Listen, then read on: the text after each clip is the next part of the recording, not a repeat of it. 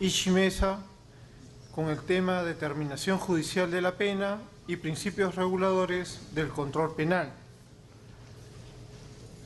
El doctor es abogado por la Pontificia Universidad Católica del Perú, con estudios de maestrías concluidos por la Universidad San Martín de Porres y estudios de doctorados concluidos por las universidades de Sevilla y Jaén en España.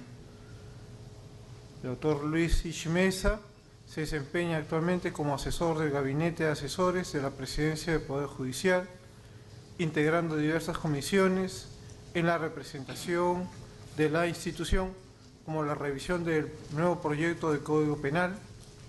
Asimismo, es profesor de Derecho Penal en diversas universidades del país y expositor nacional e internacional en la Comisión Interamericana contra el Abuso de Drogas de la Organización de Estados Americanos y del Grupo de Expertos en temas de lavado de activos, tráfico ilícito de drogas y criminalidad organizada. Lo recibimos con voto.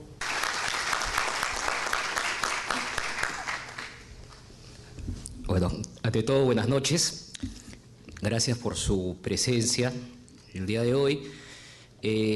Para mí siempre es un gran honor estar aquí en mi casa, en el Poder Judicial, donde llevo ya cerca de más de 15 años. Y sobre todo el día de hoy, que he tenido la oportunidad de escuchar atentamente a dos personas con que yo admiro y respeto bastante. Una de ellas, don Mario Rodríguez Hurtado, que fue mi profesor en la universidad y que después se dio la oportunidad de compartir también foros académicos. Y sobre todo porque don Mario estuvo un poco delicado de salud hace un poco tiempo, yo ya lo veo ya bastante recuperado y me alegra bastante que haya estado con ustedes, conmigo el día de hoy.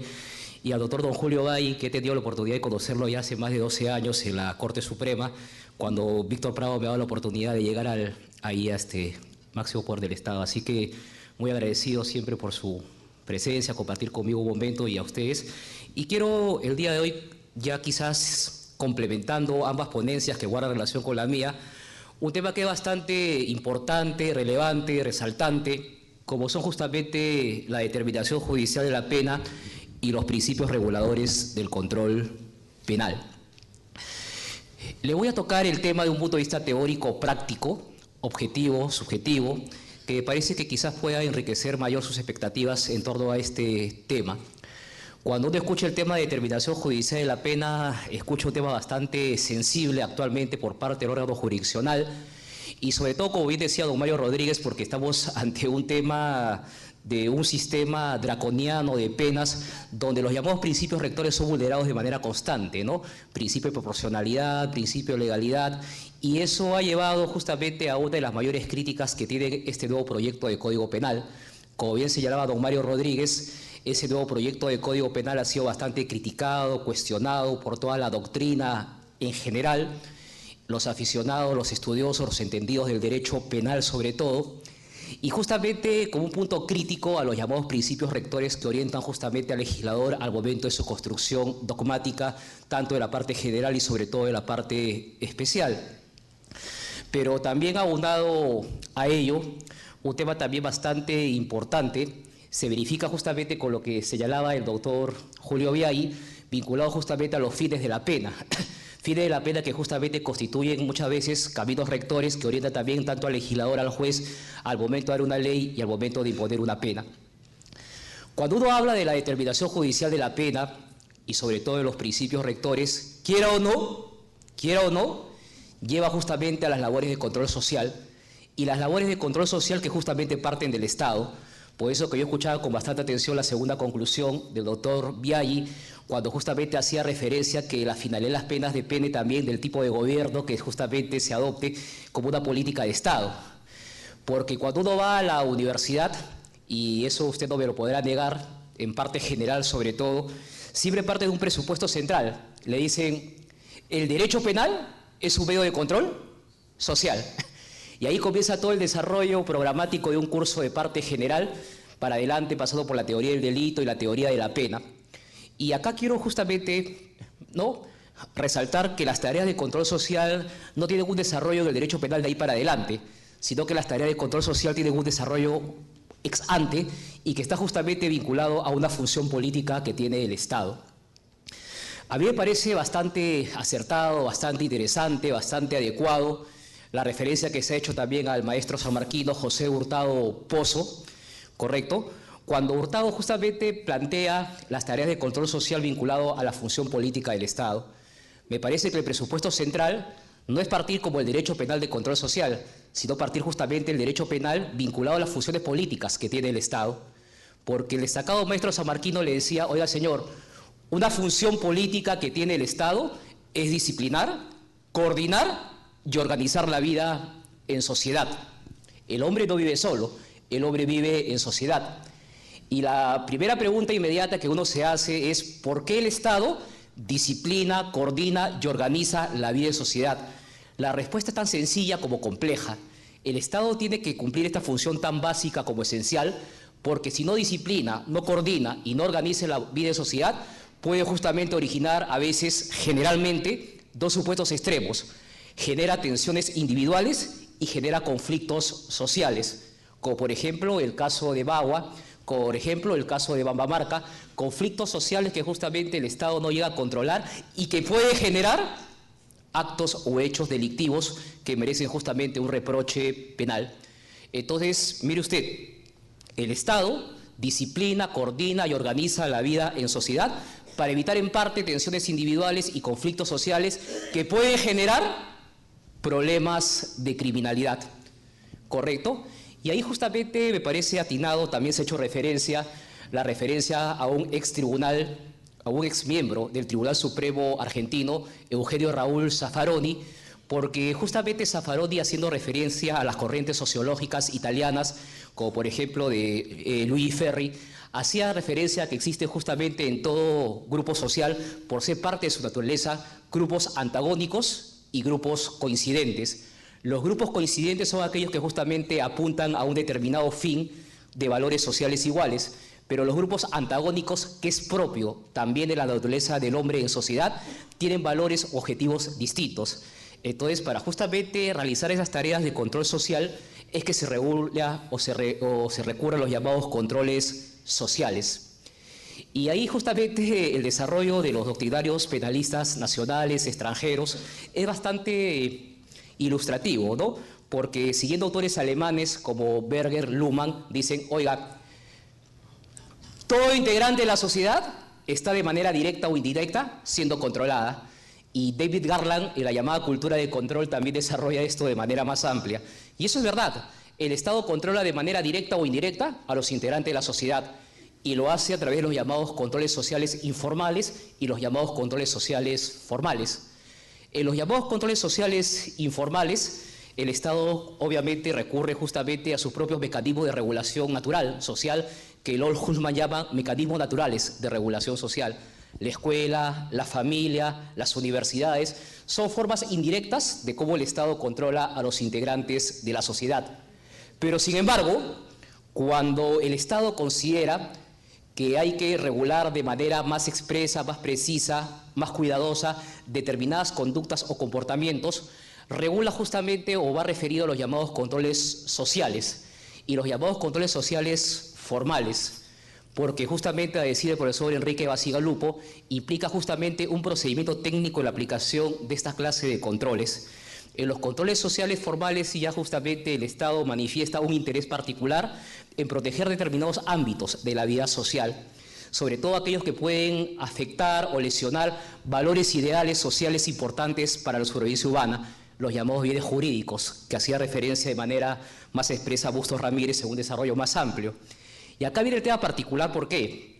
Porque dentro de los bastantes mecanismos de control social formal, el Estado se vale de uno de los más drásticos, que es el llamado derecho penal. Y el derecho penal ha sido siempre concebido como un medio de control social formal. Y ahí viene el tema bastante particular. Oiga, señor, siempre se ha señalado, y sobre todo en doctrina, cuando hemos ido a la universidad, esta bastante frase o aforismo o dogma clásico del derecho penal que nos dicen el derecho penal es un medio de control social formal de última ratio, de última instancia. Y esa es la idea que nos venden en teoría, porque dice, oiga señor, ¿por qué es de última ratio? ¿Por qué es de última instancia? Quizás los profesores españoles, Muñoz Conde, García Arán, te definen esto de manera más brillante. Dice, oiga señor, es un medio de control social formal de última ratio, de última instancia, porque violenta es la forma como el Estado reprime determinadas conductas o comportamientos humanos. Violenta es la forma a los cuales se enfrenta homicidios, violaciones, pero violenta es también la forma como los reprime. Afectación a la libertad con pena privativa de libertad, afectación a derechos fundamentales en el caso concreto. Eso es el deber ser, porque en el ser usted ve que la realidad criminal nacional y su forma de represión es totalmente distinta. Las tareas de control social y sobre todo el derecho penal, a decir de Villavicencio Terreros, pasan a ser de prima ratio. ¿Qué cosa quiere decir eso en palabras de Mario Rodríguez?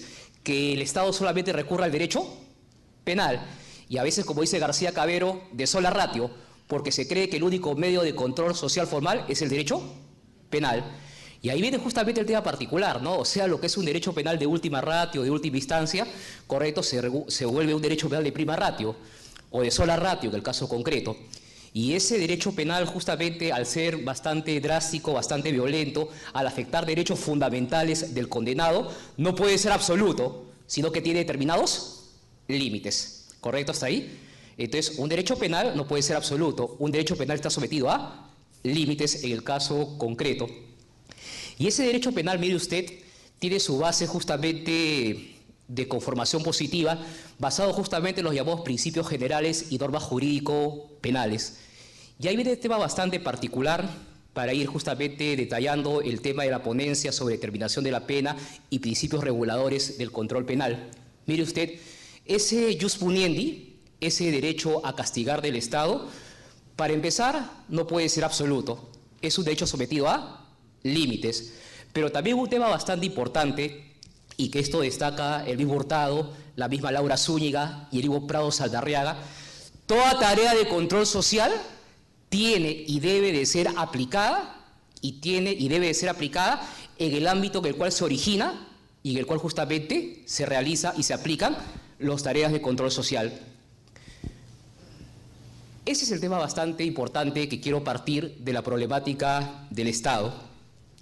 Porque a decir justamente de don Mario Rodríguez, y haciendo referencia a un texto de José Hurtado de la ley importada, hay una crítica que se hace de manera constante al legislador, sobre todo vinculado a la pena y su determinación judicial. La pregunta es: oiga, señor, Mario hablaba del feminicidio, hablaba del acceso carnal refiriéndose justamente a la legislación justamente española. Entonces, eso hace referencia de que el legislador está acostumbrado a copiar legislación extranjera. Oiga, ¿por qué se regula esto? Porque lo tiene el Código Penal argentino. ¿Por qué lo regula esto? Porque lo tiene el Código Penal español. ¿Por qué lo regula esto? Entonces, siempre la referencia justamente del legislador a legislación extranjera. Y la pregunta inmediata es: oiga, señor, ¿verdaderamente esas tareas de control social que se aplican a otra realidad son equivalentes o pueden ser aplicables a la realidad criminal nacional? Y yo creo que ahí viene el problema, porque justamente los aspectos de política criminal plasmados finalmente en normas jurídico-penales, en dogmática, parten justamente de conocer la realidad criminal nacional. Y si usted quiere partir y entender las tareas de control social y sobre todo el control penal vinculado al derecho penal, esta es su realidad criminal nacional.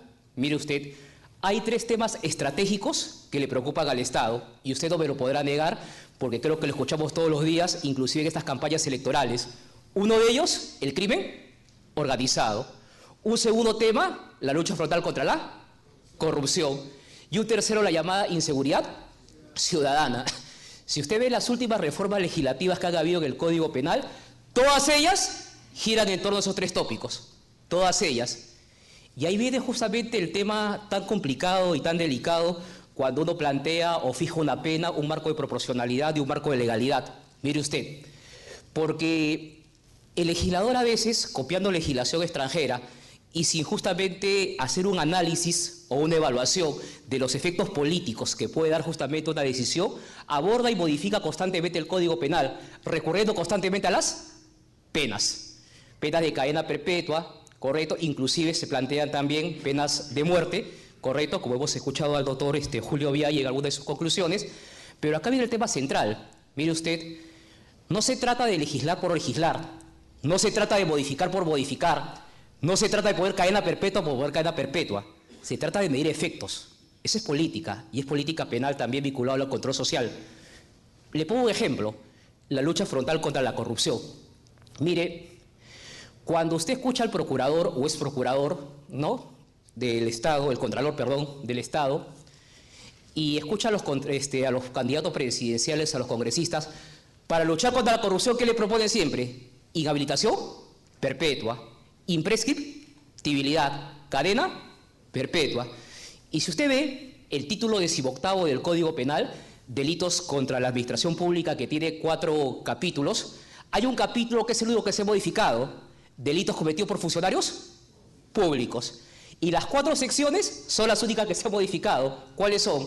Abuso de autoridad, concusión, peculado y corrupción de funcionarios. La política de Estado con ese tópico central gira en torno a eso. Entonces, mire usted el efecto peligroso. ¿Qué es lo que crea el Estado en la población? Una visión negativa del funcionario público. Entonces, la ciudadanía, ¿qué cree? Que todo funcionario o servidor público es un corrupto. Y estoy seguro que ni usted, ni yo, o ustedes que son funcionarios o servidores públicos somos corruptos. Seremos vicios, ¿no? No se gana bien acá, pero no somos corruptos. Entonces, ya viene el tema particular porque, mire usted, esto produce en política un efecto boomerang, un efecto contrario. ¿Y cuál es el efecto contrario? Que la gente no confíe o le falte respeto a la autoridad. Y es por eso que se ve obligado a modificar en extremo otro delito, que se llama violencia y resistencia a la autoridad. Tanto así que una mujer, correcto, que pudo haber cometido un grado de conducta antisocial, reprochable por cierto, pero no de tan severa gravedad, está cumpliendo pena en Santa Mónica, al haberse impuesto justamente por haber afectado a un policía en una labor funcional con terminación anticipada, proceso inmediato, 6 años, 8 meses, efectiva. Oiga, esa pena es proporcional, esa pena es legal, esa pena es resocializadora. En el caso concreto, una mujer que no tiene antecedentes penales puede estar en la cárcel como un delincuente que ha robado, que ha matado.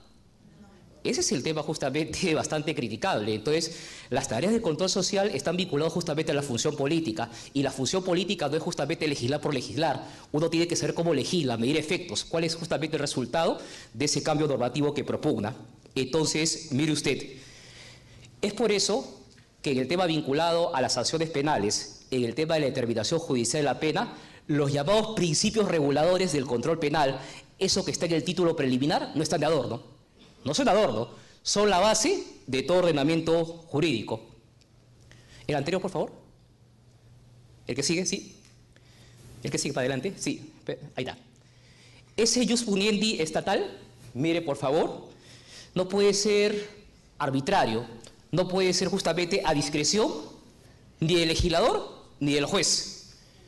Ese derecho a castigar, ese derecho a sancionar que tiene el Estado, tiene que estar acorde justamente con el modelo de Estado que acoge la Constitución. Y creo que mis antecesores lo han señalado de manera brillante, de manera clara, cada uno de ellos. Oiga, señor, el modelo que legitima la intervención punitiva del Estado es un modelo de Estado social y democrático de derecho. A decir del profesor español García Pablos, ese tipo de modelo es el que fundamenta, el que legitima la intervención del Estado, y sobre todo justamente vinculado al derecho penal. Y ha habido un tema bastante importante, ¿no? Modelo de Estado social y democrático de derecho. Oiga, ¿por qué Estado social y democrático de derecho? A decir justamente el profesor Mir Puig, ¿no? Oiga, es un Estado social porque justamente la finalidad de preventivo está vinculada a toda la sociedad. Es un Estado democrático porque plantea justamente un derecho penal aplicable a todos los ciudadanos de manera igual. Es justamente de derecho porque está sometido a las leyes, principio de legalidad. Entonces, el modelo de Estado social y democrático de derecho es justamente lo que da lugar o fundamenta el derecho a intervenir al Estado con un tema de represión penal mucho mayor. Pero mire usted, ese modelo de Estado, esos principios generales, esas pautas que orientan, están en la Constitución y están justamente recogidas en el Código Penal. Concretamente, ¿dónde? En el título preliminar. El título preliminar recorre justamente esos principios generales que limitan, que justamente orientan en la construcción de todo sistema represivo vinculado justamente al derecho penal. Mire, por favor, el que sigue. Esto es, si usted quiere, la estructura sistemática del Código Penal. Cuando uno agarra y comienza a estudiar derecho penal, parte general, correcto, de frente se va a la parte general, ¿no? Dice, la parte general es justamente los conceptos abstractos que aplica el legislador en la parte especial. Sí, es verdad. Ahí te definen quién es autor, quién es partícipe, qué es tentativa, qué es concurso, cómo se aplica la pena, cómo se determina judicialmente la pena. Después tiene la parte especial, que es la concreción justamente de los delitos. Y finalmente es un libro tercero de faltas, claro. Pero mire usted, este es como un edificio. Si tú ves, la base de todo ordenamiento jurídico penal, de toda norma penal, descansa en los llamados principios generales. Esa es justamente la base, ¿correcto?, de todo ordenamiento jurídico penal, los llamados principios generales. Los principios generales que justamente está en el título preliminar. Y no están de adorno, ¿correcto? Y eso es justamente lo que se olvida en un ámbito de la aplicación de la pena y la determinación judicial de la pena. Oiga, el principio de legalidad, proporcionalidad, culpabilidad, mínima intervención, ¿correcto? Son temas que justamente deben orientar tanto al legislador y al juez al momento justamente de construir tipos penales, de establecer consecuencias jurídicas y sobre todo al momento de determinar judicialmente la pena en el ámbito del juez.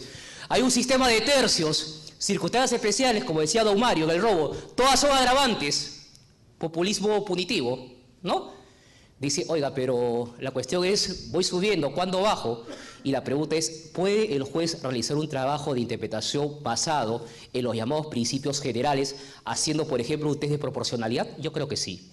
Yo creo que sí. Otra cosa es animarnos, otra cosa es justamente desarrollar este criterio correcto que nos da justamente la propia Constitución, el propio marco legal, porque quedemos en claro un presupuesto bastante claro en la función jurisdiccional. La potestad de administrar justicia emana del pueblo y su administración y aplicación corresponde al juez, al poder judicial. Y bien lo que le dice el artículo 139, numeral 8. El órgano jurisdiccional no puede dejar de administrar justicia por vacío o deficiencia de la ley. En todo caso recurre a los llamados principios generales del derecho. Entonces la base está, el marco constitucional está, los principios que orientan están. Otra cosa es que no nos atrevamos a dar ese paso justamente adelante ante una mala regulación del control legal que hace justamente el legislador. Es que sigue, por favor. Entonces, la pregunta es, ¿qué son esos llamados principios reguladores de control penal? Son políticas, son pautas en sentido estricto. Son políticas y pautas de actuación en sentido estricto que orientan en las decisiones de política penal. Oiga, no es que yo agarro y construyo un tipo penal porque me da la gana, porque lo copio de legislación extranjera, colombiana, argentina, española. No, un ratito. Mi punto central de construcción son los llamados principios generales, pautas que orientan justamente la construcción, ¿correcto?, en las decisiones de política penal, ¿correcto? Y todos cumplen una misma función política. Orientan al legislador al momento de la construcción de los tipos penales, pero también al juez al momento de la aplicación y determinación de la pena en el caso concreto. Entonces, si usted quiere, en el ámbito del derecho penal, los principios reguladores vinculados al control penal cumplen una doble función. Dirigido tanto al legislador, al momento de construir los tipos penales, también como al momento del juez, al momento de aplicar y fundamentar justamente la pena. Y esto se hace justamente en el marco de un derecho penal mínimo y garantista que busca aplicar al extremo mínimo las penas, porque obviamente si las penas implican una afectación a derechos fundamentales del imputado, entonces su aplicación tiene que ser justamente de carácter excepcional. Y como decía don Mario, tengo la oportunidad, correcto, de integrar con Víctor Prado, el doctor Prado Saldarriaga, la Comisión de Reforma del Código Penal, que está ahorita en CONAPOC, Consejo Nacional de Política Criminal, y obviamente las críticas que hacía don Mario son obviamente valederas, porque usted ve justamente el tema de toda la parte especial y se va a encontrar justamente con un descalabro total, primero en la proporcionalidad de las penas, que tanto se ha criticado, delitos de peligro, peligro concreto, peligro abstracto, que tienen un mayor rango de pena que delito de resultado, uno de ellos, el homicidio. La recurrencia justamente a la llamada reincidencia de habitualidad, tan criticado como un derecho penal de autor, que fue proscrito justamente en los proyectos del 88, 89 y 91, y que legisló, pateó el tablero, y que en el año justamente 2006, con la ley 28.726, incorporó la reincidencia y la habitualidad. El concurso real de delitos, donde bajo un sistema americano con topes legales, las penas se van sumando, ¿no?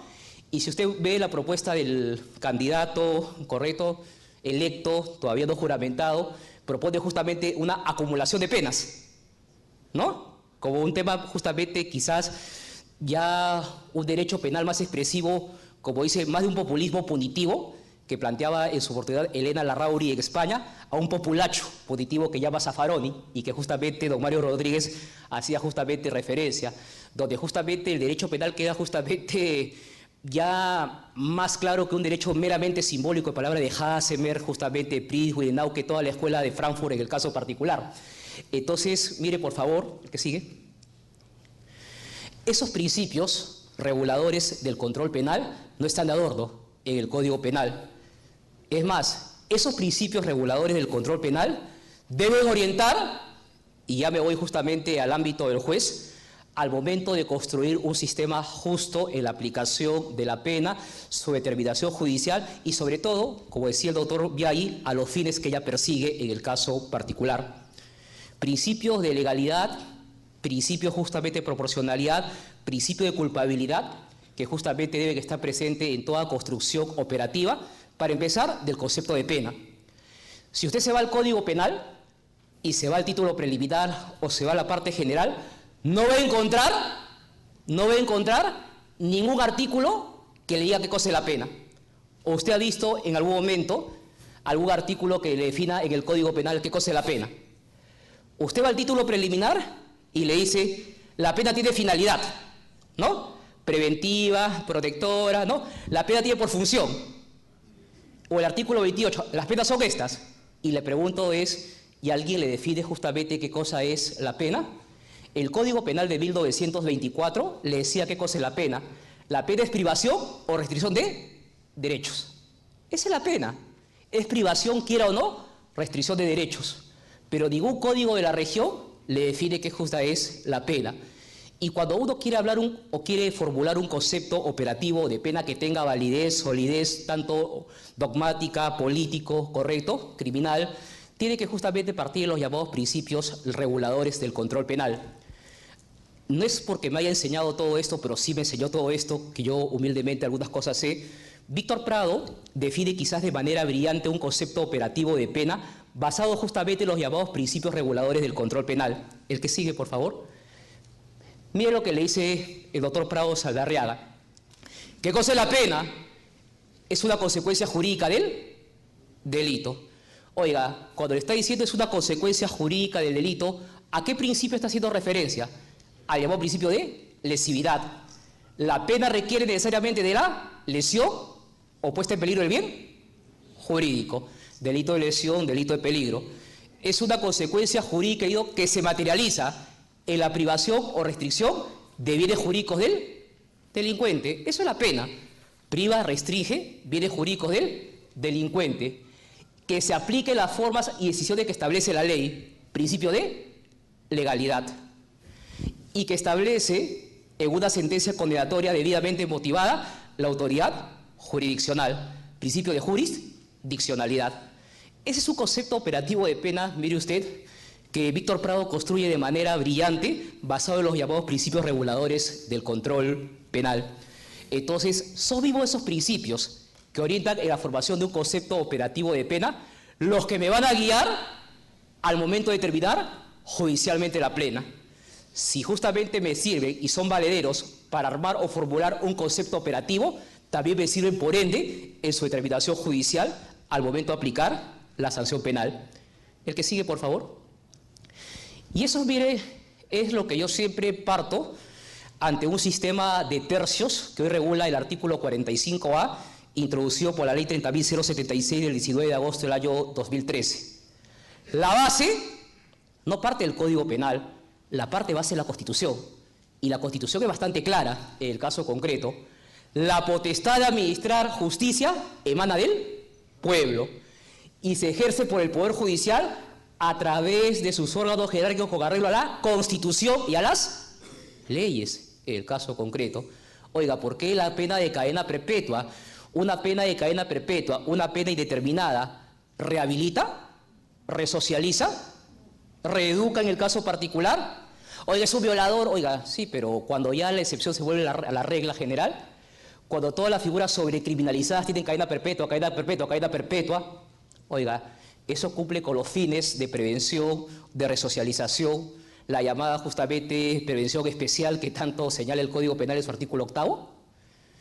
Y dice, oiga, mire por favor, principio de la función jurisdiccional. Son principios. El principio de no dejar a la justicia por vacío o deficiencia de la ley. Debe aplicar en todo caso los mismos principios generales del derecho. Oiga, tenemos el caso de la Buscaglia. El caso justamente de un tipo penal excesivamente sobrecriminalizado en los últimos años como consecuencia de este efecto boomerang, el caso concreto. ¿Resulta proporcional colocar una pena a esta clase de individuo ante tal afectación de bien jurídico, 6 años, 8 meses, de manera efectiva? Y mira que llega a 6 años, 8 meses porque hay un beneficio procesal previal, una terminación anticipada, si no se come los 8 años. Esa es la verdad, el caso concreto, para que veas mucho menos qué va esta situación. Y ahí la legislación penal que se construye sobre la determinación judicial de la pena y su aplicación versa de un derivado justamente constitucional. Y acá quiero ser bastante cuidadoso y mire por favor, esto también me lo enseñó don Mario Rodríguez en un tema bastante, siempre que yo coloquial bastante alegre, dice, te voy a poner al día, me dice Ishi, ¿no? Porque la gente piensa que el único sistema o el único norma legal que está vinculada a la determinación judicial de la pena en cuanto a las etapas es la ley 30.076 que introdujo el artículo 45A. En parte es correcto, pero no del todo. ¿Por qué? Esa ley de inseguridad ciudadana, ¿cuándo fue dada? En el año 2013. Oiga, de 2013 hasta hoy, 2016, ¿usted cree que el legislador no le ha metido mano? Lo ha modificado, pues. Y mire, hay dos normas legales que justamente desarrollan o amplían este marco de la determinación judicial de la pena. El decreto legislativo 1237 del 26 de septiembre de 2015. ¿Se acuerda el paquete de normas que dio el Ejecutivo por delegación de facultades? Esta es una de ellas. ¿Qué afectó? La determinación judicial de la pena. Y cuando usted creía que ya estaba todo solucionado, el año pasado sale la ley 30.364. Esa nueva ley de violencia familiar, ¿se acuerda? Que modificó, erradicó las lesiones leves, ¿correcto? Eso también trajo un cambio importante, y mire que no tiene un año, vinculado a la determinación judicial de la pena. Sobre eso quiero señalarle 2 puntos concretos, por favor. Mire usted, quiero empezar, primeramente, mire, refiriendo justamente a las palabras de Mario Rodríguez, basado en una interpretación sistemática. Si usted justamente acaba el capítulo vinculado a la autoría y participación, en el artículo justamente 27, me referido al actuar en nombre de otro, comienza justamente un nuevo título vinculado al ámbito de las penas. Y usted va a encontrar, mire, un primer artículo que se llama artículo 45, presupuestos para fundamentar y determinar la pena. Y encuentra un artículo 45A, que es lo que se introdujo, que se llama individualización de la pena o dosificación de la pena. Señores, hay 2 cosas concretas que quiero llamar usted su atención. El único artículo que define el procedimiento, las etapas para determinar judicialmente la pena es el segundo, el artículo 45A. Ese sistema de tercios que tanto se comenta está ahí, 45A. ¿Hasta ahí estamos claros? ¿Qué cosa es el artículo 45? Porque si usted recuerda los fallos judiciales, y me corrige si no es así, los que tenemos bastante años en el Poder Judicial, la parte resolutiva decía lo siguiente: en atención al artículo 45 y 46 del Código Penal impusieron. ¿Se acuerda? ¿Qué cosa es ese artículo 45? Señores, el artículo 45 no es el procedimiento.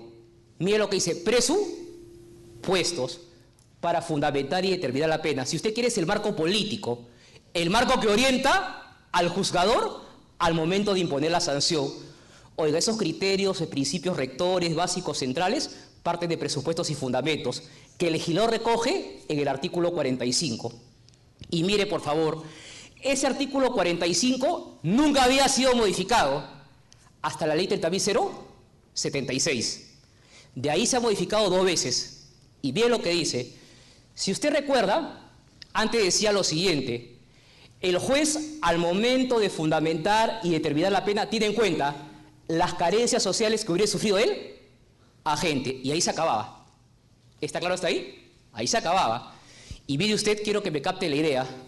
Y la pregunta es, ¿por qué un presupuesto básico para determinar judicialmente la pena era justamente tener en cuenta las carencias sociales que hubiera sufrido la gente? ¿Sabe por qué? Porque antes de los principios generales hay una partecita en el Código Penal que se llama exposición de motivos. Y la exposición de motivos es bastante clara. ¿Por qué? Porque justamente las carencias sociales que hubiera sufrido la gente hace referencia al llamado principio de co-culpabilidad. Oiga, ¿y qué cosa es ese principio de co-culpabilidad? Que justamente es, en parte, tomado de la legislación argentina que desarrolla Zaffaroni. Oiga, en ese principio de co-culpabilidad, y que usted puede leer en el Código Penal, en la exposición de motivos, no lo digo yo, el Código Penal, le dice lo siguiente: oiga, señor, tan culpable es el agente que ha cometido el delito como la sociedad. ¿Por qué? Oiga, señor, porque justamente ese principio de culpabilidad que demuestra que el Estado no da igual de oportunidades a todos los integrantes de la sociedad, y que justamente ese jus puniendi, ese derecho a castigar, tiene en parte un mea culpa por parte del Estado. Principio de co-culpabilidad. Pero sin embargo, mire por favor, 20 años después que se dio el Código Penal, desarrollo tecnológico, una política económica distinta, mayor acceso a la comunicación y a la educación, entre comillas, dice lo siguiente: oiga, señor, si yo juez voy a tener como un presupuesto las carencias sociales que hubiera sufrido la gente, por el otro lado, si la gente se pudo educar, se pudo motivar por la norma, pudo ir a la universidad, es un profesional, también lo debo tener en cuenta para imponer la pena. Si toma en cuenta uno, toma en cuenta lo otro. Y es por eso que se llama así: las carencias sociales que hubiera sufrido la gente, o el abuso de su cargo, posición económica, formación, poder, oficio, posesión o función que ocupe en la sociedad. Un segundo aspecto, como un presupuesto general, la cultura y sus costumbres. Oiga, ese presupuesto general, su cultura y sus costumbres, está desarrollado más adelante. Hay un presupuesto básico que parte de la Constitución. El Perú es un país pluricultural, lo reconoce la Constitución en el caso concreto, y por ende es que regula de manera expresa una causal de exclusión de pena o reducción de punibilidad, que es el llamado el error de comprensión culturalmente condicionado, del artículo 15 en el caso particular. Y después, mire por favor, siempre tenía los intereses de la víctima, de su familia o de las personas que ella dependa. Oiga, las corrientes victimológicas estuvieron siempre desarrolladas en el Código Penal, estuvieron siempre presentes. Que la reparación civil justamente no haya sido bastante clara, precisa en el tema de atender a los intereses de la víctima es otra cosa. La presencia de corriente victimológica de primer grado, segundo grado, tercer grado, que hay hasta ahora que se habla, estuvieron siempre presentes en el Código Penal. La víctima nunca fue dejada de lado y siempre fue un tema central al momento de determinar judicialmente la pena, porque la consecuencia jurídica de delito implica en parte dos pretensiones: la pretensión penal y la pretensión civil. La pretensión penal, titular el Ministerio Público; pretensión civil, la víctima, en la mayoría de los casos, en el caso concreto. Y mire, por favor, que ese procedimiento técnico que hoy regula el artículo 45A, y que no son los presupuestos, sino que es el desarrollo de eso, implica un tema bastante claro y bastante fundamental que sigue recogiendo los principios generales del derecho penal. Pero, sin embargo, el desarrollo quizás de las etapas genera justamente la suspicacia y crítica por parte de la doctrina y la jurisprudencia nacional. Mire lo que le dice el Código Penal en el artículo 45A. Toda condena contiene fundamentación explícita y suficiente sobre los motivos de la determinación cualitativa y cuantitativa de la pena. ¿Qué le está diciendo? Dos palabras. Oiga, señor juez, fundamenta y motiva tu pena. Un derecho a la debida motivación. Y eso es también quizás bastante interesante, y quizás fue lo que más importante, lo que le interesó al legislador. ¿Por qué? Porque de los numerosos expedientes que se estudiaban y se analizaban, quizás la crítica era constante. Usted tenía un delito de homicidio, decían, en atención al artículo 45 y 46, y tomando como referencia el artículo 106, impusieron 15 años de pena privativa de libertad. Oiga, ¿usted cómo llegó a los 15 años de pena privativa de libertad? O el caso del concurso real, mire usted, 3 robos con agravantes en el caso concreto, impusieron 4 años suspendidos en su ejecución. Oiga, ¿por qué una pena suspendida? Entonces, eso es justamente un tema importante. Quizás lo más importante que le interesó al legislador es que el juez fundamente y motive su pena. Tema importante. Segundo, mire por favor, para determinar los límites, para determinar la pena, dentro de los límites fijados por ley, coma. ¿Cuál es la primera idea central? Oiga, señor, respete el principio de legalidad. Eso es lo que le estoy diciendo, mira, para determinar la pena dentro de los límites fijados por ley. ¿Qué le está diciendo? Señor juez, respete el marco legal. Claro, y ahí viene el tema de la crítica, ¿no? Usted me dice que yo respete el principio de legalidad, el marco abstracto, el marco combinado, y usted mismo me crea circunstancias cualificadas, agravadas, que van por encima del máximo legal. Ejemplo, reincidencia. Ejemplo, habitualidad. Ejemplo, uso de menores de edad en el caso concreto. Entonces, parece un contrasentido o una doble, correcto, discurso que hace el legislador. Dice, oiga, señor, toda condena para determinar la pena es lo fijado por ley. Respete el marco legal, pero yo no te creo la excepción. Te creo cualificadas, agravadas, reincidencia, habitualidad, en el caso concreto que don Mario hablaba hace unos minutos. Coma, el juez atiende la responsabilidad y el derecho punible cometido. ¿Qué le está diciendo ahí el legislador al juez? Evalúa tu caso penal. Eso es lo que le está diciendo. Oiga, señor juez, tú vas a aplicar la pena en el marco legal, evalúa el caso penal, evalúa la responsabilidad y gravedad del hecho punible cometido. ¿Qué le está diciendo? Evalúa las circunstancias que están presentes en el caso penal.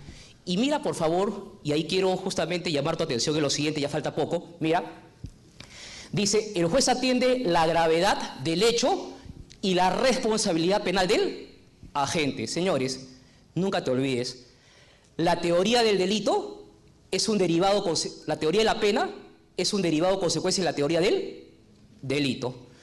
Y en la teoría del delito, si tú quieres, bajo un sistema tripartito comúnmente aceptado, hay tres categorías básicas centrales: tipicidad, antijuricidad y culpabilidad. Y quienes te definen el delito en base a las categorías que te dicen, oiga, señor, el delito es una conducta o comportamiento típico y antijurídico donde el sujeto es culpable. Y ahí quiero detenerme. Mira, por favor, ¿qué estudia el derecho penal? Conductas humanas, hechos realizados por sujetos. Si el derecho penal estudia determinados hechos más relevantes, fragmentarios, realizados por sujetos, la construcción de ese método científico, teoría del delito, gira en torno al hecho y al sujeto. Si yo te defino qué es tipicidad en dos palabras, ¿qué te dice? Es verificar si la conducta se adecua a un tipo penal, si el hecho encuadra en un tipo penal. Oiga, la tipicidad tiene como base central el hecho. Si te dicen, oiga, antijuricidad, ¿qué te dicen? Es la conducta típica, porque ahí hay un primer filtro, es la conducta típica contraria al derecho, que lesiona o pone en peligro un bien jurídico. Oiga, ¿qué estudia? Un hecho típico contrario a la ley, hecho y hecho. Y en la culpabilidad, ¿qué te dicen? Oiga, es el grado de reproche que se formula al sujeto. Entonces, la base central de la culpabilidad, ¿a qué va? Al sujeto. Entonces, por eso que las circunstancias están vinculadas al hecho y al sujeto. Si te dice, oiga, juez,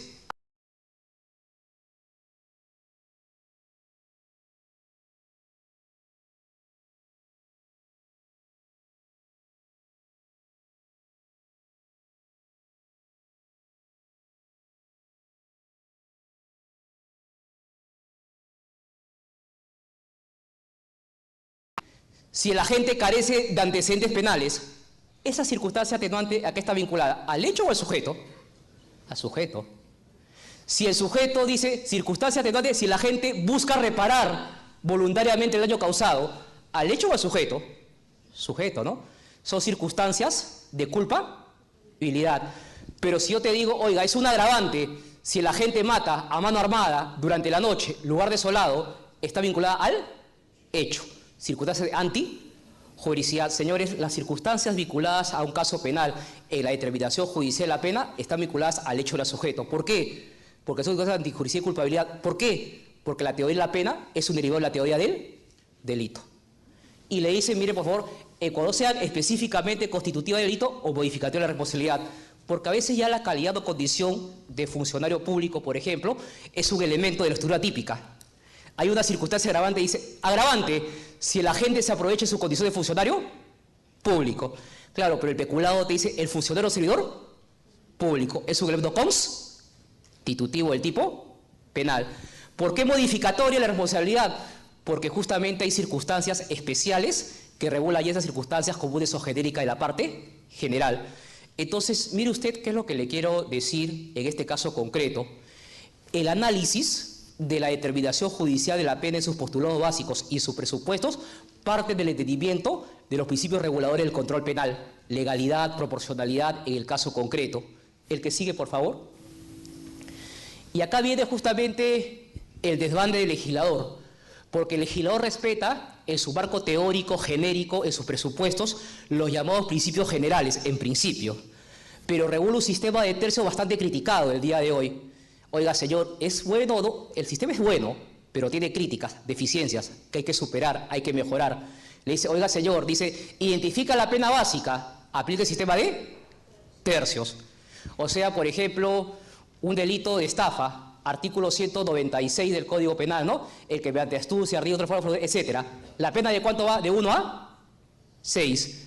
Oiga, tu marco abstracto, tu pena básica, extremo mínimo, 1. Extremo máximo, 6. Esa es tu pena básica. Y te dice, eso lo divides en 3 partes. ¿Hasta ahí estamos claros? ¿Sí? Y después mira lo que te dice. Dice, el juez coloca la pena concreta. Y para valorar la pena concreta, y ahí viene el tema concreto, el juez evalúa circunstancias. Y me corriges si no es así. Te dice, si no hay agravantes y no hay atenuantes, o solo hay atenuantes, ¿dónde va la pena? En el tercio inferior. Si hay agravantes y atenuantes, ¿dónde va la pena? En el tercio intermedio. Y si solamente hay agravantes, en el tercio superior. Claro, pero ahora viene cuáles son las circunstancias a que hace referencia el Código Penal y a las cuales se aplica a ese sistema de tercios. Señores, esas circunstancias son las que están en el artículo 46. Circunstancias comunes o genéricas. ¿Por qué? Porque las circunstancias comunes o genéricas, ¿por qué se llaman así? Porque están en la parte general. Y porque están en la parte general, deben ser aplicadas a cualquier delito en la parte especial. Porque es ubicación sistemática, la parte general. ¿Cuál es el problema? Y ahí viene el problema. Cuando el legislador dio el Código Penal, el código era razonable, razonado y proporcional. ¿Qué cosa le quiero decir? Cuando quería darle un mayor reproche a determinadas figuras penales, lo hacía de manera expresa. Una de ellas, el tan criticado robo agravado. ¿Está claro hasta ahí? El robo tipo base, los criterios de tipicidad, antijudicial y culpabilidad que demandan una conducta para que sea robo, ¿dónde están? En el 188. El que se apodera ilegítimamente de un bien mueble, ¿es así o no? Si usted hace eso, ¿la pena de cuánto va? Cuando se dio el código del 91, cáptenme la idea, la pena iba de 1 a 3. Así va el código en el año 91. Ahí que le aplicaba comunes o genéricas, porque es el tipo base. ¿Está claro hasta ahí? Pero ¿qué ocurrió? El legislador reprochaba el robo y le daba una mayor valoración cuando se producía a mano armada, durante la noche, lugar desolado. ¿Le suena? Y antes era casa habitada, no inmueble habitado. ¿Y el rango de penas antes de cuánto era? De 3 a 8. Entonces quiero que me captes la idea. Las comunes o genéricas, ¿para qué estaban hechos? Para el tipo base. ¿Está claro hasta ahí? Pero cuando le daba un mayor grado de reproche, la pena iba de 3 a 8. Te pregunto, si el tipo base en el robo iba de 1 a 3 y las especiales, bajo un determinado contexto a mano armada durante la noche, de 3 a 8, ¿era razonado, era razonable, era proporcional la pena? Claro que sí. Pero ¿qué ocurrió? Que el legislador pateó el tablero. Modificación tras modificación. Que ahora tú tienes que el primer párrafo va de 12 a 20. De 20 a 30. Y de yapa, cadena perpetua. Entonces, la política criminal del Estado ha deformado algunas figuras penales. Tanto así, que ahí viene el problema, que decía Mario.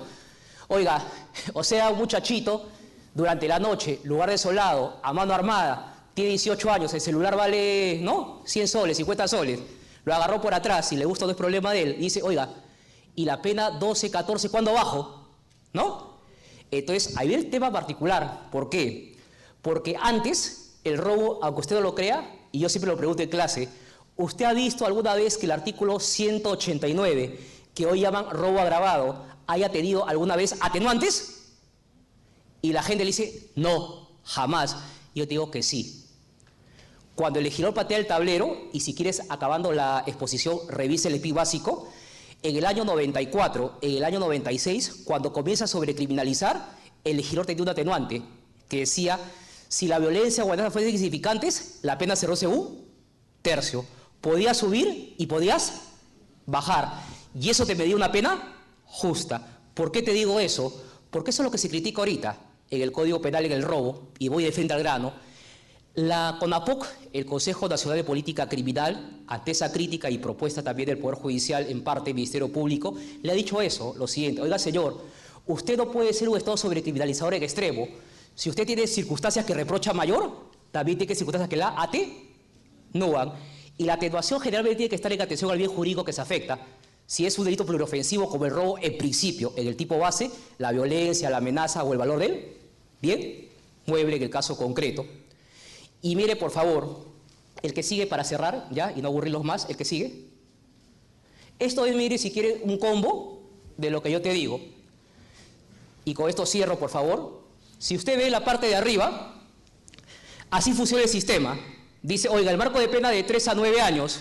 Ah, ya, esa es la pena básica, de 3 a 9 años. Entonces, si es tipo base, aplico comunes o genéricas. Entonces, para eso han sido hechas las circunstancias comunes o genéricas. ¿Hasta ahí estamos claros? Para ser aplicado a cualquier delito de la parte especial. Pero, sin embargo, miren la parte de abajo, el peculado doloso. Hay delitos que tienen circunstancias propias. Mire, por favor, le explico el peculado y céntrese en el 387. Le explico. ¿Qué le dice el peculado tipo base doloso? Peculado propio. El funcionario servidor público que se apropia o utiliza de caudales efectos estatales, que son puestos con percepción, capitalización, ser vivido con pena privativa, la privativa, no hay poco, de 4 a 8. Señores, si es tipo base, ¿qué aplico? Comunes o genéricas. Y ahí aplica tu sistema de tercios, agravantes, atenuantes, si hay. Pero mira, hay una especial atenuante que te dice, cuando el valor de la propiedad utilizado sobrepasa 10 UITs, ¿no?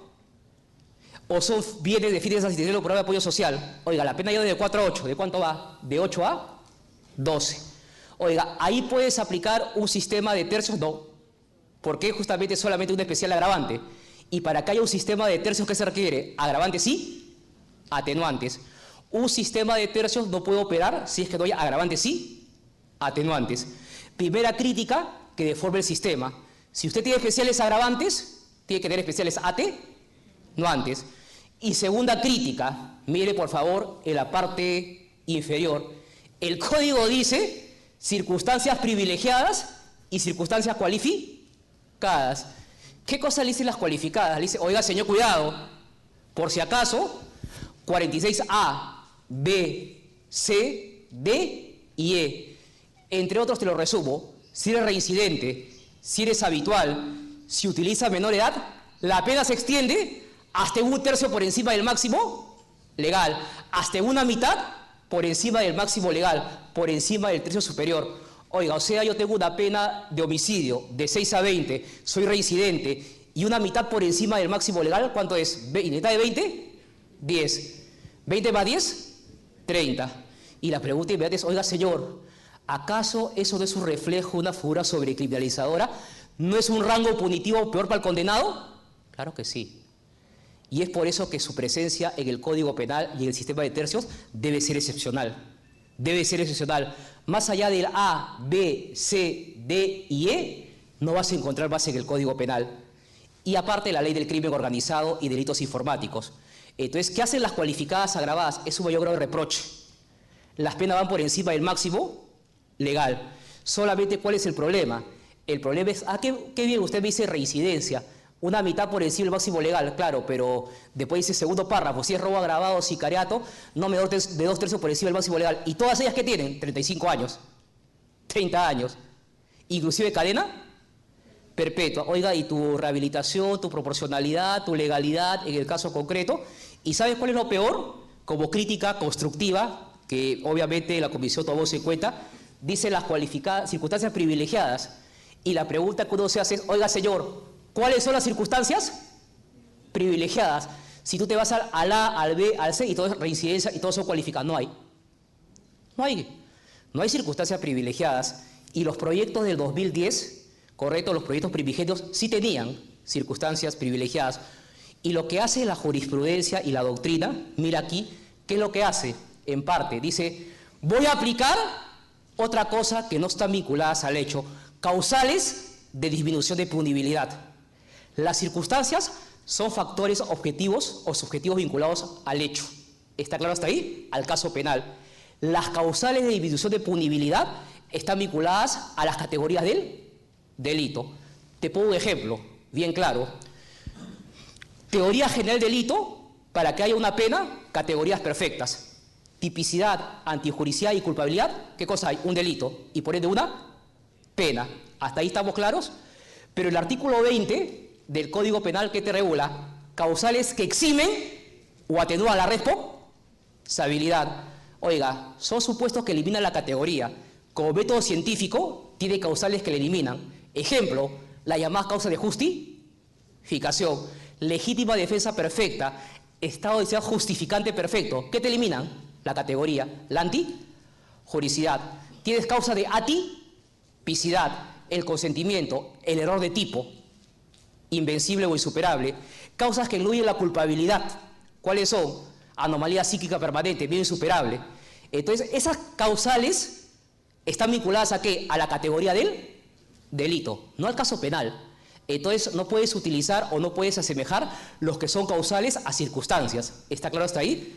Es por eso que el nuevo proyecto del Código Penal regula o revela hoy nuevas circunstancias que hagan justamente más justa la pena. Si tienes cualificadas agravadas, tienes que tener privilegiadas atenuadas en el caso particular. Y eso es, mira, una visión quizás bastante rápida, bastante resumida de un tema bastante amplio. Yo, por si acaso, la próxima semana voy a dictar un curso de acá a una semana sobre terminación de la pena, de 4 horas, ¿no? Si te interesa, hay un volante por ahí.